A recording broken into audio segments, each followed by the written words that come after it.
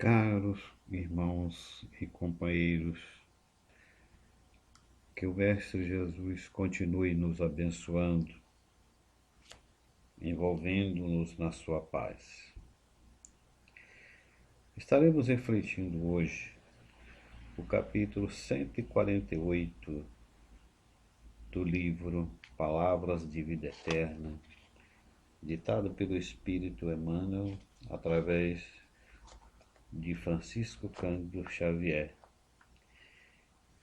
E esse benfeitor toma como referência a passagem da segunda carta de Paulo a Timóteo, do capítulo 7, do capítulo 4, versículo 7, que diz o seguinte: Combati o bom combate, acabei a carreira, guardei a fé. E ele reflete em cima dessas palavras de Paulo. Nas lides da evolução há combate e bom combate. No combate visamos aos inimigos externos. No bom combate, dispomos-nos a lutar contra nós próprios, acertando baterias de vigilância em oposição aos sentimentos e qualidades inferiores que nos deprimem a alma.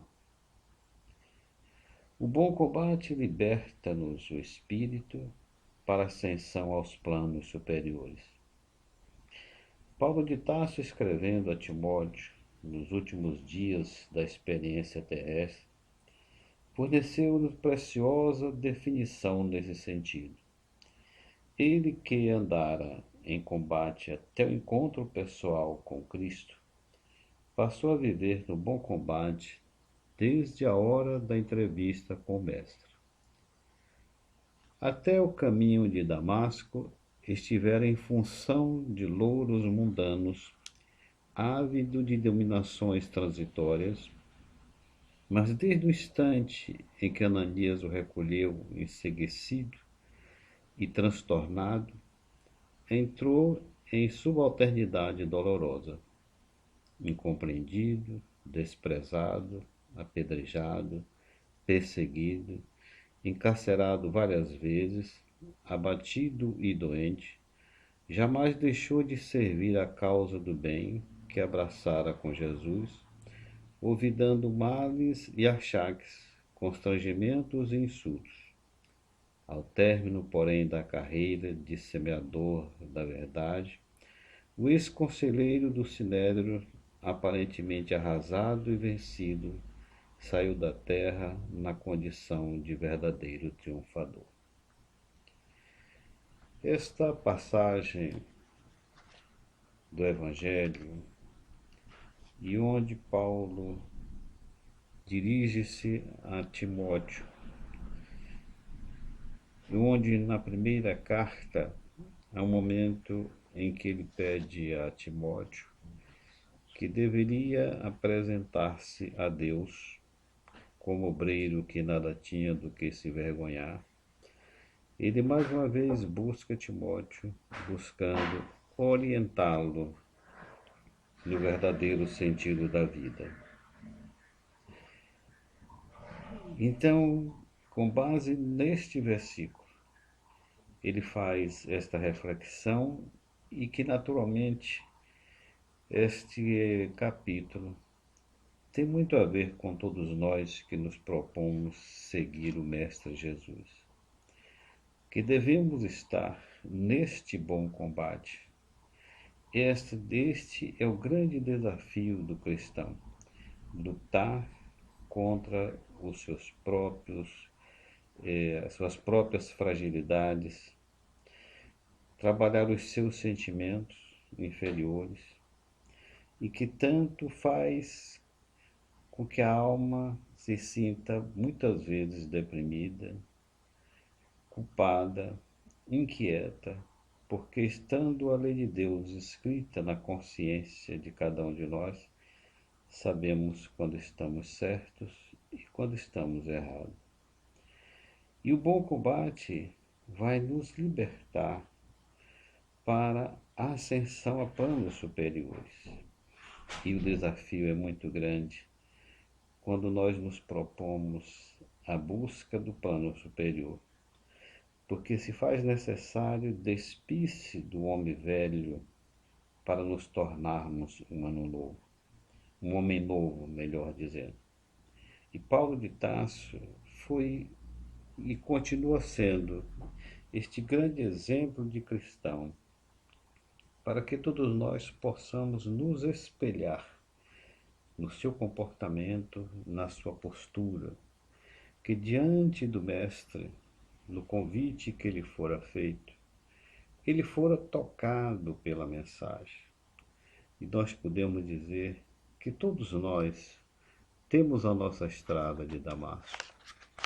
Quantas vezes nós vamos caminhando na vida e percebemos, às vezes, que se faz necessário mudanças, mas a coragem necessária ainda não temos. Então, o convite está sempre sendo feito. A todo instante, Jesus se dirige a todos nós como se tivesse dizendo as mesmas palavras que falou para Saulo de Tarso na época. No âmago de cada criatura, tendo essa certeza da lei de Deus em sua consciência, cada passo em falso é como se Jesus nos perguntasse: por que estás contra mim?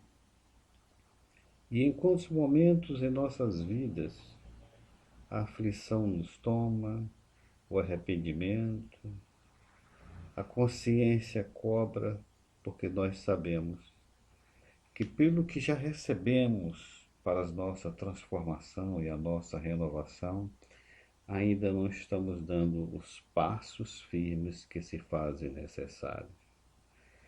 E Paulo é esse grande exemplo de cristão para que amanhã nós não possamos dizer: ah, mas Jesus foi Jesus, mas Paulo foi um perseguidor, foi o primeiro algoz do cristianismo.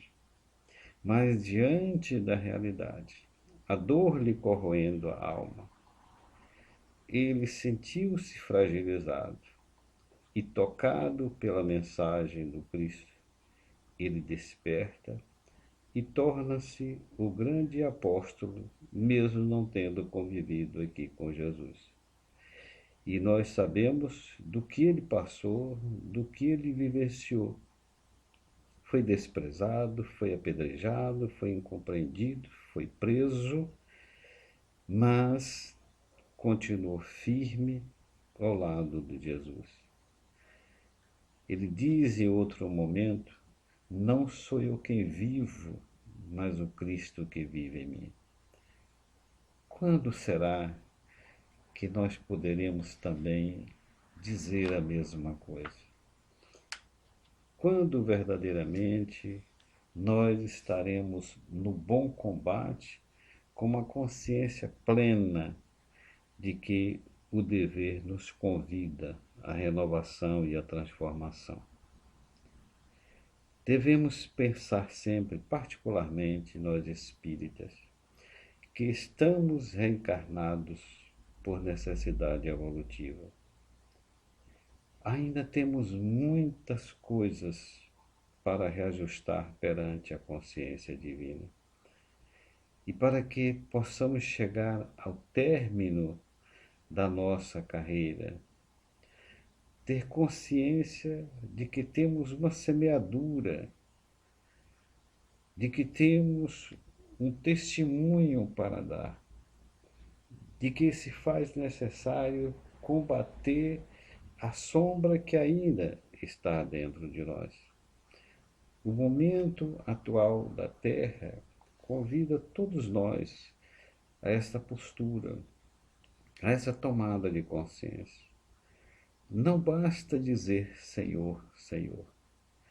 Não basta pedir tanto quanto se tem pedido.